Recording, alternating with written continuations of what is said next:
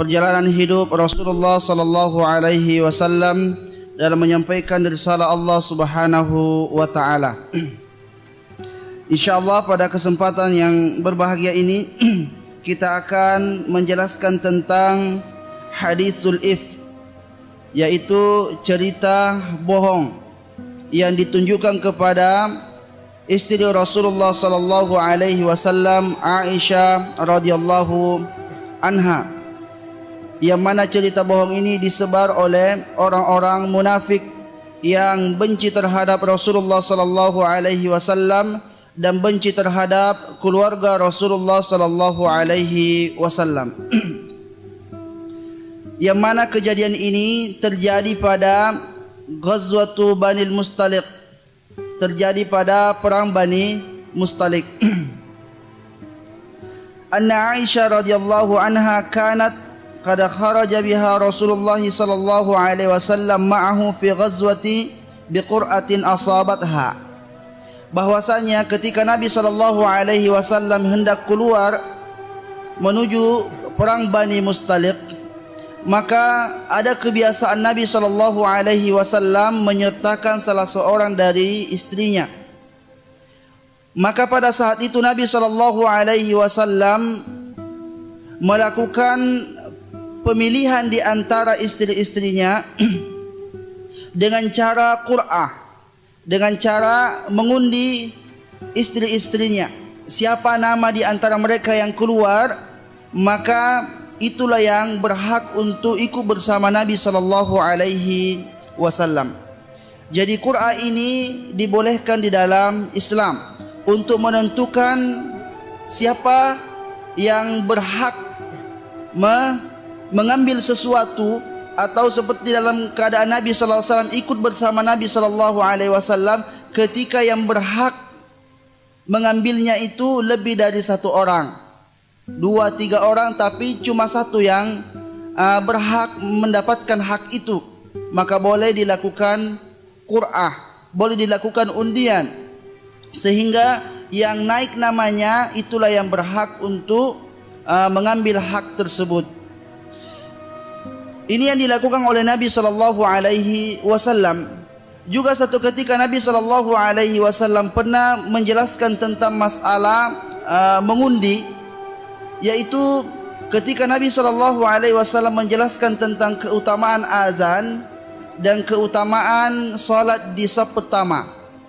Nabi sallallahu alaihi wasallam bersabda, seandainya manusia tahu tentang keutamaan azan dan keutamaan untuk salat di saf pertama, maka mereka akan pasti berlomba-lomba untuk mendapatkan tempat itu atau mendapatkan keutamaan itu. Tapi masalahnya banyak orang yang tidak tahu tentang keutamaannya. Seandainya kata Nabi sallallahu alaihi wasallam harus diundi, maka mereka rela untuk diundi supaya dia bisa duduk di atau menempati shaf pertama. Artinya kalau seandainya orang banyak datang berlomba-lomba dan ternyata sampainya ke masjid itu sama semuanya, sehingga harus diundi siapa yang lebih berhak berada di shaf pertama itu, maka mesti diundi. Tidak rela di antara mereka, satupun di antara mereka tidak rela ada yang duduk di situ kecuali dirinya juga termasuk berada pada shaf pertama itu. Para jemaah yang dimuliakan oleh Allah Subhanahu wa taala, maka proses mengundi untuk mendapatkan sebuah hak itu dibolehkan di dalam Islam. Wa kanat tilka adatuhu ma'a nisaihi, dan adalah hal tersebut sudah menjadi kebiasaan terhadap istri-istrinya, yaitu di qur'ah. Falamma raja'u minal ghazwa nazalu fi ba'dil manazil, maka tatkala Nabi sallallahu alaihi wasallam bersama sahabatnya kembali dari peperangan yang telah kita jelaskan dalam perang Bani Mustaliq, Nabi sallallahu alaihi wasallam kembali dari perang Bani Mustaliq itu tidak sama dengan biasanya, tetapi Nabi sallallahu alaihi wasallam bersegera untuk kembali. Maka singgahlah di suatu tempat untuk beristirahat. Fa kharajat Aisyah lihajatiha. Maka ketika itu Aisyah radhiyallahu anha keluar untuk buang hajat. Fa faqadat aqdan li ukhtiha kanat a'aratha iya. Maka ketika dia keluar untuk buang hajat, menjauh dari kaum muslimin, ketika dia keluar, dia meminjam kalung dari saudarinya, yaitu Asma bintu Abi Bakrin. Ketika dia hendak keluar, dia pinjam kalung. Ketika dia buang hajat, kalung itu terjatuh.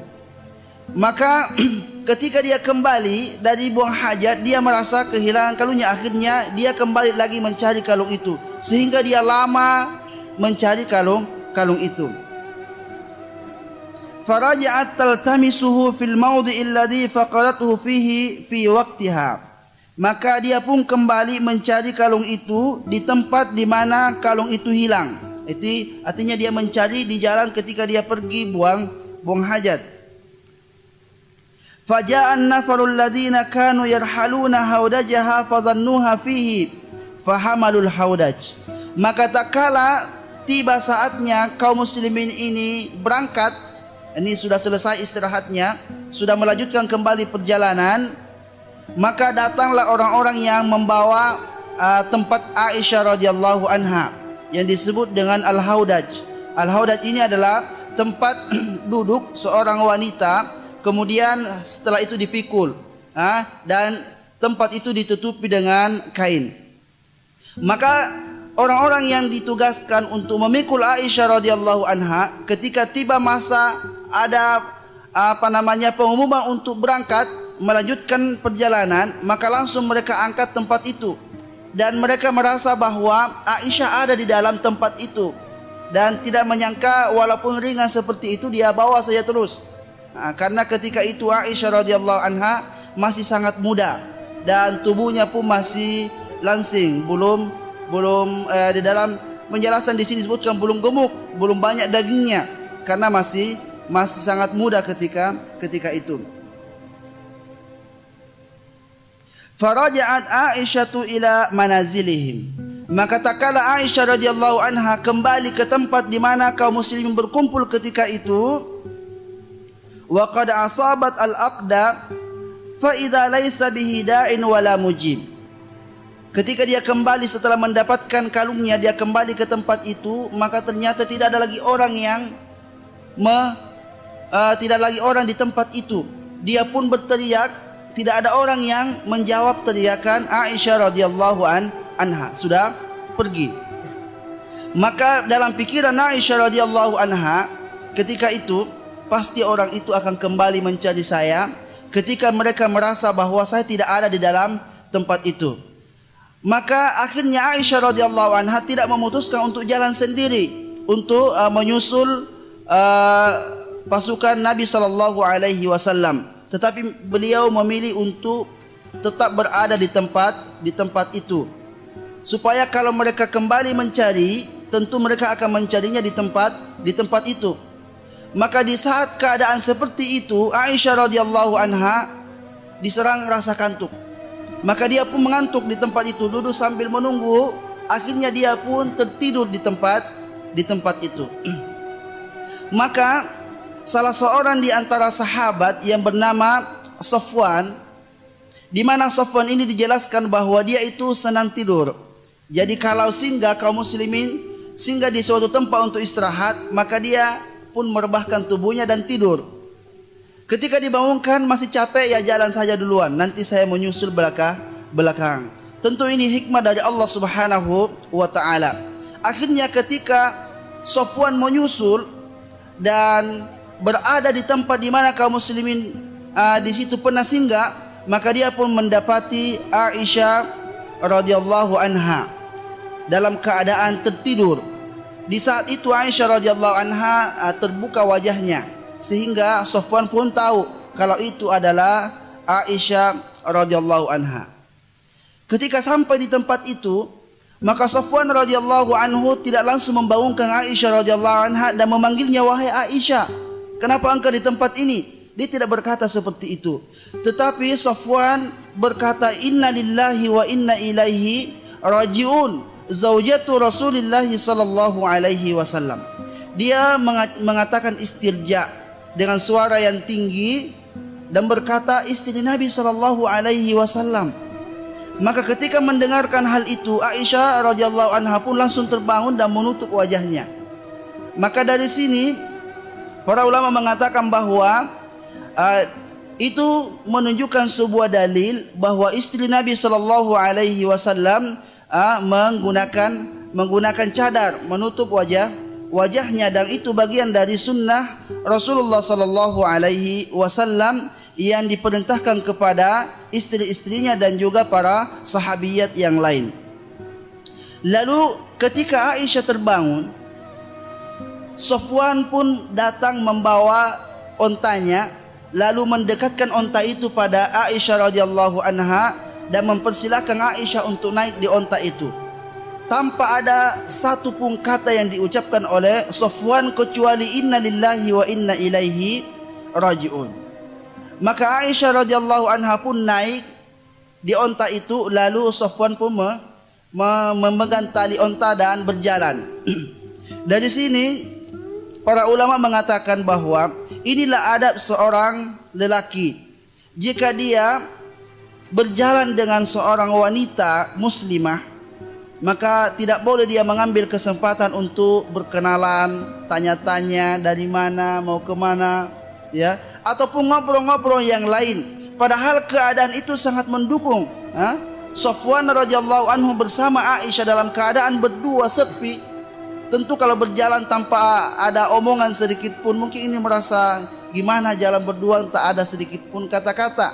Tetapi begitulah semestinya akhlak seorang lelaki dan seorang wanita yang sangat menjaga kesuciannya. Tidak ada sepatah pun kata yang keluar dari Aisyah radhiyallahu anha ataupun Safwan radhiyallahu anhu dalam perjalanannya bersama dengan Aisyah radhiyallahu anha.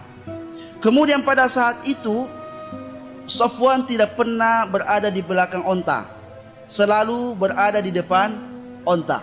Ini juga menjadi sebuah pelajaran bahwa ketika seseorang bersama dengan wanita dalam perjalanan, maka hendaknya laki-laki itu berada di bagian depan dan wanita di bagian belakang. Begitupun yang terjadi pada Nabi Allah Subhanahu wa taala Musa alaihi salam. Ketika dia bertemu dengan dua wanita, kemudian mengantarnya menuju rumahnya, maka Nabi Musa alaihi salam pun meminta agar supaya dia berjalan di depan. Kemudian wanita ini di belakang hanya memberikan kode saja. Nah, ada mengatakan bahwa dia pegang batu, kalau ke kiri ya lempar batu ke kiri, ya artinya mesti belok ke kiri. Kalau ke kanan ya lempar batu ke kanan, tanpa ada kata-kata. Itulah akhlak yang dicontohkan oleh sahabat Safwan, dan begitu juga Nabiullah Musa alaihi salam ketika bersama dengan seorang wanita yang bukan mahramnya, maka tidak ada sedikit pun kata-kata. Kemudian di sini juga menunjukkan ketika Aisyah radhiyallahu anha keluar dari tempatnya, dia tidak izin kepada Nabi sallallahu alaihi wasallam. Kan mestinya dia mendatangi Rasulullah kemudian izin. Tetapi para ulama mengatakan boleh seorang wanita keluar tanpa izin suaminya jika itu sudah menjadi hal yang biasa dan tidak jauh. Jadi seandainya wanita sudah menjadi kebiasaan dia ke pasar, dia ke warung untuk belanja, dia tidak mesti untuk izin dulu kepada suaminya. Saya mau ke warung sebelah, saya mau ke pasar, karena itu sudah menjadi kebiasaan keadaan pada saat itu. Maka Aisyah radhiyallahu anha pun keluar tanpa izin dari Nabi sallallahu alaihi wasallam, karena dia hanya ingin buang hajat. Ya kalau mau buang hajat ya tak mesti izin terlebih dahulu, saya mau pergi buang hajat. Itu yang dijelaskan oleh para ulama. Kecuali kalau seorang wanita keluar dari rumahnya, pergi jauh, yang itu tidak menjadi sebuah kebiasaan sehari-hari, maka pada saat itulah wanita harus izin terhadap suaminya. Kemudian ketika itu berjalan dan Safwan radhiyallahu anhu bertemu dengan pasukan Nabi sallallahu alaihi wasallam di siang hari. Di siang hari bertemu mendapati rombongan Nabi sallallahu alaihi wasallam. Maka pada saat itu mulailah cerita. Pada saat itu mulailah orang yang melihat Safwan dan Aisyah radhiyallahu anha datang berdua, mulailah pada saat itu banyak yang berbicara. Terutama Abdullah bin Ubay bin Salul sudah mulai berpikiran cerita apa kira-kira yang saya harus buat sehingga ini bisa memfitnah istri Nabi sallallahu alaihi wasallam. Karena ini adalah sebuah kesempatan emas untuk mencederai keluarga Nabi sallallahu alaihi wasallam. Maka ketika sampai di Madinah, betul Abdullah bin Ubay bin Salul, Rasul Munafikin, pemimpin orang-orang munafik pun menyebarkan berita-berita tentang Safwan dan Aisyah radhiyallahu anha, bahwasanya dia berjalan di malam hari berdua dengan Safwan, maka dia pun melakukan perbuatan-perbuatan yang keji bersama dengan Aisyah radhiyallahu anha, dan itu tersebar di kalangan orang-orang Madinah. Maka ketika berita itu tersebar, maka beberapa keadaan yang sikap yang diambil oleh para sahabat Nabi sallallahu alaihi wasallam yang ada di Madinah.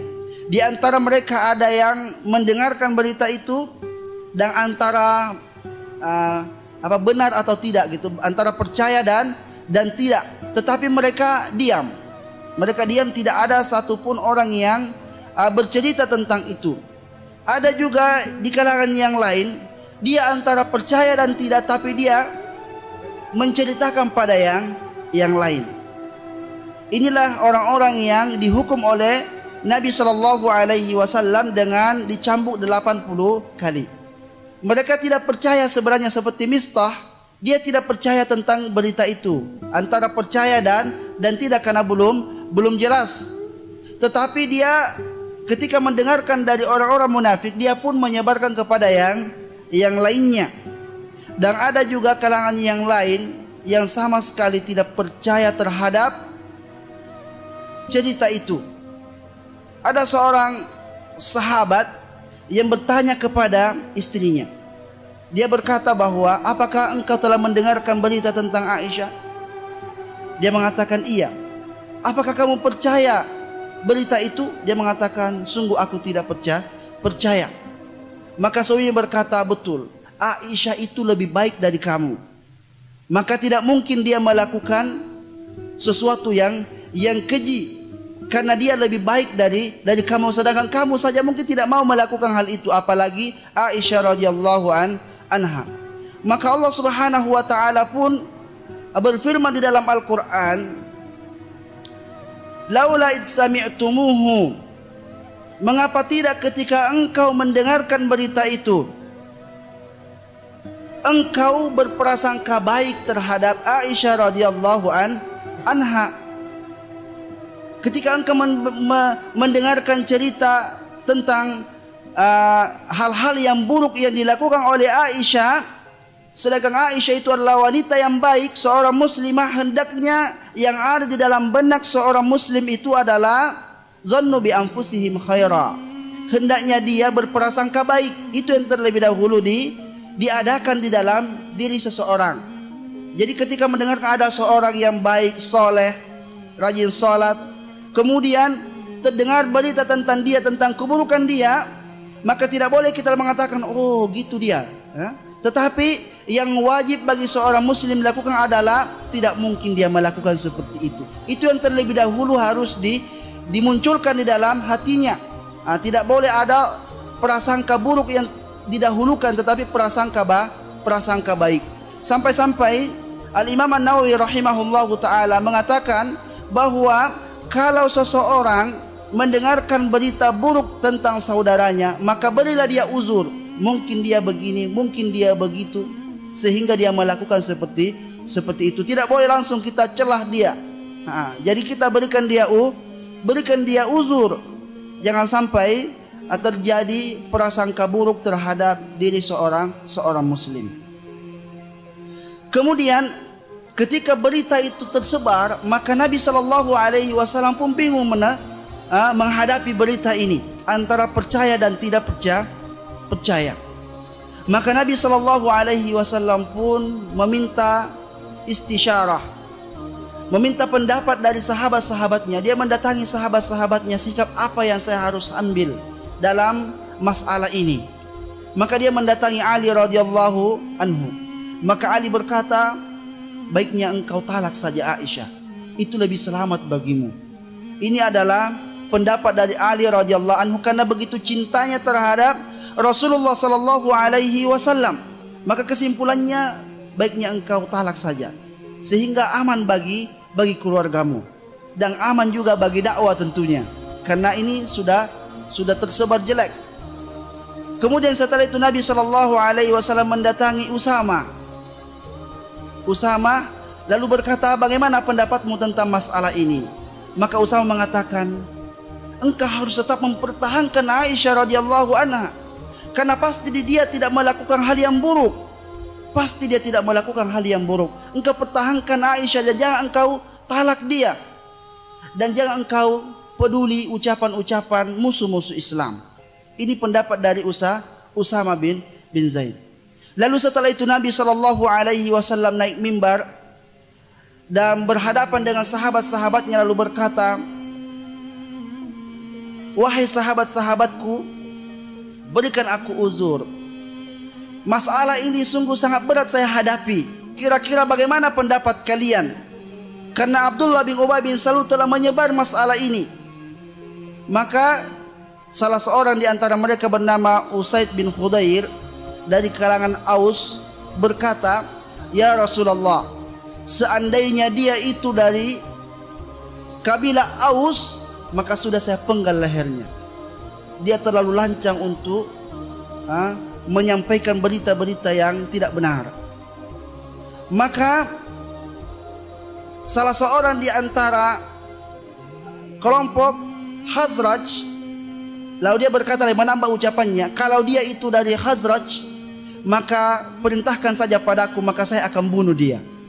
Maka salah seorang dari Khazraj yang bernama Sa'ad bin Ubadah, dia merasa dilecehkan kelompoknya, karena yang berkata ini dari Aus, sehingga muncul fanatisme golongannya. Maka dia pun marah. Dia mengatakan, kamu tidak bisa melakukan hal seperti itu, dan kamu tidak akan mampu untuk membunuhnya. Pasti saya akan bela, karena dia dari kelompok Khazraj, dan Abdullah bin Ubay bin Salul dari Khazraj. Akhirnya terjadi pertikaian antara Aus dan Khazraj. Maka ketika itu Nabi SAW pun menenangkan mereka, sehingga mereka pun semuanya diam dan berpisah. Di sini jemaah yang dimuliakan oleh Allah Subhanahu wa taala, para ulama mengatakan inilah bahaya ketika seseorang fanatisme golongan. Walaupun dia seorang sahabat, dia kadang punya kesalahan juga. Tetapi tentunya Allah Subhanahu wa taala mengampuni kesalahan-kesalahan mereka karena mereka telah melakukan hal yang lebih baik dari itu. Tetapi ini salah satu bentuk bahwa buruknya fanatisme golongan. Karena di sini seorang sahabat membela betul sahabat yang melakukan kejahatan itu karena hanya fanatisme golongan. Setelah itu Nabi SAW pun mendatangi Aisyah radhiyallahu anha, di mana Aisyah radhiyallahu anha ketika kembali dari perang Bani Mustalik langsung sakit. Sebulan dia tidak keluar dari rumah karena sakit. Dan Nabi SAW selama sebulan mendengarkan berita-berita ini, tidak pernah menyampaikan berita itu kepada Aisyah radhiyallahu anha karena dia dalam keadaan sakit. Ulama mengatakan bahwa ini adab seseorang, kalau ada berita-berita yang dapat membuat seseorang itu sakit, maka ketika dia dalam keadaan sakit jangan sampaikan berita itu padanya. Nabi SAW walaupun cerita ini sudah semraut di luar, tapi di hadapan istrinya dia tidak pernah menceritakan hal itu. Hingga akhirnya Aisyah radhiyallahu anha ketika dia sudah mulai agak sehat, dia keluar bersama dengan Ummu Mistah, ibunya Mistah. keluar mengajak Ummu Mistah untuk keluar buang hajat. Aisyah ingin buang hajat di malam hari, maka dia minta kepada Ummu Mistah menemaninya. Maka ketika dia kembali dari tempat hajatnya menuju rumah, Ummu Mistah ini terpeleset. Akhirnya dia mengatakan, celakalah engkau wahai Mistah. Maka langsung Aisyah radhiyallahu anha mengatakan, "Woi, kenapa engkau mendoakan yang buruk terhadap orang yang hadir dalam perang Badar? Ini tidak boleh engkau lakukan."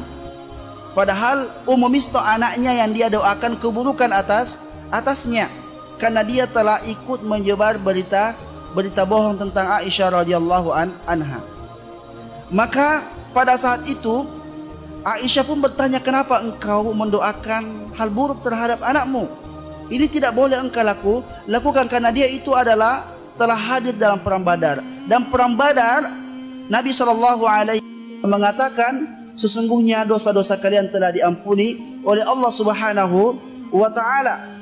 Lakukanlah apa yang ingin kalian lakukan, karena sesungguhnya Allah telah mengampuni dosa kalian. Maka Aisyah radhiyallahu anha betul-betul menjaga kehormatan orang yang hadir dalam perang Badar. Maka pada saat itu Ummu Mistah bercerita bahwa sesungguhnya Mistah ini telah ikut menyebarkan berita bohong tentang dirimu, yaitu bahwasanya engkau melakukan kekejian bersama dengan Safwan ketika engkau kembali dari perang Bani Mustalik. Barulah Aisyah radhiyallahu anha tahu tentang berita yang sudah sebulan menyebar di kalangan sahabat-sahabat Nabi SAW di Madinah. Maka ketika itu Aisyah mengatakan, pantas saja selama sebulan saya sakit, Nabi SAW berubah sikap terhadap saya.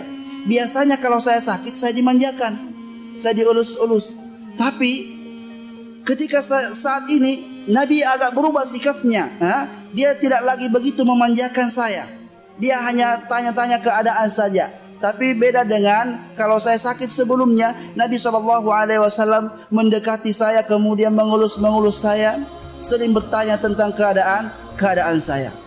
Akhirnya karena Aisyah radhiyallahu anha tahu berita itu, ketika bertemu dengan Nabi SAW, maka Aisyah berkata kepada Nabi, "Ya Rasulullah, aku ingin izin pergi ke rumah orang tua saya." Jadi ketika Aisyah radhiyallahu anha ingin keluar dari rumah, ingin pergi ke rumah orang tuanya Abu Bakar, maka dia pun izin kepada Nabi SAW. Lalu Nabi SAW mengizinkannya. Ketika sampai di rumah ibunya, dia pun masuk kamar dan menangis-nangis. 2 hari 2 malam Aisyah radhiyallahu anha menangis, hingga akhirnya Abu Bakar bersama istrinya menyangka bahwa air mata Aisyah ini akan habis, karena begitu derasnya air mata keluar dari Aisyah radhiyallahu anha. Hingga akhirnya Nabi SAW pun menyusul Aisyah radhiyallahu anha. Ketika masuk ke rumahnya, ke rumah Abu Bakar, maka Nabi SAW pun menceritakan masalah itu kepada Aisyah. Sebelumnya Nabi tidak pernah bercerita tentang masalah itu. Nanti bercerita ketika Aisyah ke rumah orang tuanya, dan setelah itu Nabi datang, lalu Nabi SAW bersyahadat terlebih dahulu, memukaddimahi masalah ini. Lalu Nabi berkata, "Amma ba'du, ya Aisyah, fa innahu qad balagani anka kadza wa kadza." Wahai Aisyah, sesungguhnya telah sampai padaku berita tentang begini dan begitu. Kamu telah melakukan kekejian bersama dengan Safwan. Fa in kunti bari'atan fasayubarri'ukillahu. Jika seandainya engkau terbebas dari tuduhan-tuduhan itu, maka pasti Allah Subhanahu wa Ta'ala akan membebaskanmu. Wa in kunti almamti bidzambik fastaghfirillaha wa tubi ilaih. Tetapi jika seandainya engkau mengakui perbuatan kejimu, fastaghfirillah, maka hendaklah engkau beristighfar kepada Allah Subhanahu wa Ta'ala, wa tubi ilaih, dan bertaubat kepadanya. Fa innal 'abda idza i'tarafa bi dhanbihi thumma taba ila Allah, taba Allahu alaihi. Karena seandainya jika seorang hamba mengakui kesalahannya, kemudian dia bertaubat kepada Allah Subhanahu wa taala, maka Allah akan memberikan taubat atasnya. Ini yang disampaikan oleh Nabi sallallahu alaihi wasallam pada Aisyah. Diminta untuk mengakui kesalahannya. Ini menunjukkan kalau seseorang bertaubat kepada Allah Subhanahu wa taala, maka dia harus mengakui bahwa dia telah melakukan sebuah kesalahan. Kalau tidak dia mengakui, maka salah satu di antara syarat taubat itu tidak terpenuhi, maka dia tidak diampuni dosanya. Maka oleh karena itu dalam hadis yang sahih menyebutkan bahwa ahli bid'ah itu tidak diterima taubatnya oleh Allah. Kenapa tidak diterima taubatnya ahli bid'ah? Karena dia tidak pernah mau mengakui kesalahannya. Dia tahunya bahwa yang dia lakukan itu sebuah kebaikan. Bagaimana dia bisa diampuni dosanya oleh Allah Subhanahu wa taala? Maka kalau bertaubat harus mengakui, apakah itu mengakui di hadapan orang ataupun mengakuinya kepada Allah Subhanahu wa taala, lalu dia bertaubat kepadanya, dan pasti Allah Subhanahu wa taala menerima taubat hambanya yang betul-betul mau bertaubat dengan sungguh-sungguh kepada Allah Subhanahu wa taala. Wa hina idzin qala sadamu'a, maka pada saat itu dia mendengarkan ucapan Nabi, tiba-tiba air matanya pun berhenti dia menangis setelah dia mendengarkan ucapan Nabi sallallahu alaihi wasallam. Wa qalat likulli min abawaiha an yujiba, dan berkata kepada kedua orang tuanya, berkata kepada Abu Bakar, wahai ayahku, tolong jawab pertanyaan dari Rasulullah sallallahu alaihi wasallam. Tetapi Abu Bakar diam, tidak bisa menjawab. Lalu datang kepada ibunya, wahai ibuku, tolong jawab pertanyaan Nabi sallallahu alaihi wasallam. Bantu saya untuk meyakinkan Nabi bahwa saya ini tidak melakukan hal itu. Saya ini adalah orang yang terbebas. Bantu saya untuk meyakinkan Nabi sallallahu alaihi wasallam. Tetapi keduanya pun tidak ada yang berkata kepada Nabi sallallahu alaihi wasallam. Lalu dia pun berkata, wallahi laqad sami'tum hadzal haditsa hatta istaqarra fi anfusikum. Demi Allah, aku telah tahu cerita semuanya, aku telah tahu, dan kalian telah mendengarkan cerita ini, dan cerita ini pun telah ada di dalam otak kalian semua. Kalian sudah tahu semuanya. Wa sadaqtum bihi, dan kalian percaya cerita itu. Buktinya enggak ada yang mau bela saya. Berarti kalian percaya cerita itu. Fa in qultu lakum, jika aku katakan kepada kalian, inni bari'ah, aku ini bebas. Wallahu ya'lamu anni bari'ah, dan Allah tahu aku ini bebas. La tusaddiquni bidzalik, pasti kalian tidak percaya. Kalau saya katakan kepada kalian, demi Allah saya tidak melakukan hal itu, pasti kalian tidak percaya pada ucapan saya. Sebab apa? Kalian telah percaya berita yang tersebar. Wala ini i'taraftu lakum bi amrin, dan seandainya aku pun mengaku, aku akui bahwa saya melakukan kekejian. Wallahu ya'lamu anni bari'ah, dan Allah tahu bahwa aku ini bebas. La tusaddiqunni, pasti kalian tidak percaya padaku. Jadi percuma saya bicara, ya. Kalau saya tidak mengakui, kalian mengatakan kamu bohong. Kalau saya akui, pasti kamu mengatakan benar. Kenapa? Karena berita yang kalian dengar itu sudah nempel di otak kalian. Wallahi ma ajidu li wa lakum mathalan illa qaula Abi Yusuf. Demi Allah, tidak ada ucapan yang pantas saya ucapkan saat ini kecuali apa yang telah diucapkan oleh Nabiullah Ya'qub alaihi salam, yaitu fasabrun jamil wallahul musta'anu ala ma tasifun. Sesungguhnya kesabaranku adalah kesabaran yang baik, dan Allah Subhanahu wa taala tempat memohon, hanya Allah Subhanahu wa taala tempat memohon, ala ma tasifun, atas apa yang kalian beritakan tentang saya. Bagaimana cerita Nabiullah Ya'qub alaihi salam, yaitu ketika anak-anaknya yang 10 orang itu meminta kepada Nabi Yusuf agar supaya Nabi Yusuf bermain-main bersama mereka.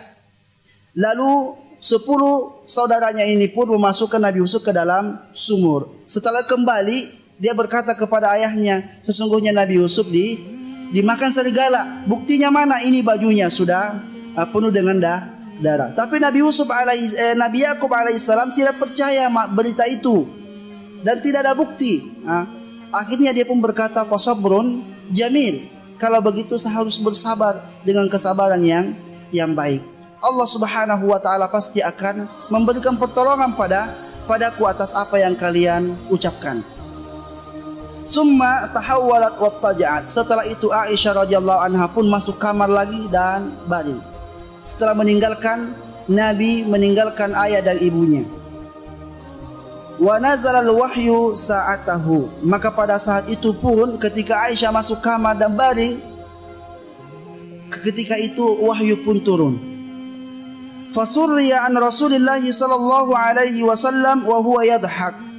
Maka ketika wahyu itu turun, maka Nabi sallallahu alaihi wasallam pun gembira dan tertawa mendengarkan wahyu dari Allah Subhanahu wa taala.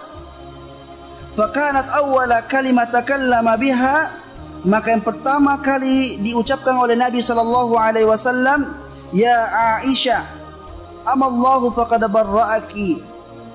Maka wahai Aisyah, sesungguhnya Allah Subhanahu wa taala telah membebaskanmu dari berita bohong itu. Faqalat laha ummuha. Maka langsung ibunya pun berkata, qumi ilaihi, berdirilah kamu menuju Rasulullah sallallahu alaihi wasallam. Sambutlah Rasulullah sallallahu alaihi wasallam wahai Aisyah. Ayahnya pun berkata begitu. Langsung sambut Rasulullah sallallahu alaihi wasallam. Faqalat Aisyah, maka Aisyah pun berkata dengan jual mahal. Di sini jual mahal Aisyah radhiyallahu anha. Dia berkata, wallahi la aqumu ilaih. Demi Allah saya tidak akan berdiri menyambut Rasulullah sallallahu alaihi wasallam. Wala ahmadu illallah. Dan aku tidak ada orang yang aku puji kecuali Allah Subhanahu wa taala. Maka dia pun tak mau jual mahal ketika itu, karena awalnya kan dia diceramai oleh Nabi sallallahu alaihi wasallam, padahal dia tidak melakukan hal yang buruk. Maka ketika Allah turunkan ayat padanya, maka dia pun sangat bersyukur kepada Allah Subhanahu wa taala, karena Allah Subhanahu wa taala mengabadikan kisah Aisyah radhiyallahu anha di dalam Al-Quran. Padahal Aisyah berdoa kepada Allah Subhanahu wa taala, semoga Allah membebaskan aku dari berita ini. Tetapi Aisyah tidak berharap ayat yang turun. Dia berharap semoga saja Nabi sallallahu alaihi wasallam mimpi, dan mimpinya itu adalah mimpi tentang aku, bahwa aku ini bebas dari tuduhan itu. Tetapi ternyata Allah memberikan yang lebih baik dari itu, yaitu ayat yang akan diabadikan di dalam Al-Quran. Sehingga orang-orang Syiah pernah meminta supaya surah An-Nur ini dihapus di dalam Al-Quran. Begitu bencinya orang-orang Syiah terhadap Aisyah radhiyallahu anha, akhirnya dia pun minta supaya surah An-Nur dihapus saja di dalam Al-Quran. Sebab di surah An-Nur itu, di awal-awal surah An-Nur menjelaskan tentang kisah Aisyah radhiyallahu anha, tentang bagaimana Aisyah dia itu bersih bebas dari tuduhan-tuduhan orang-orang munafik.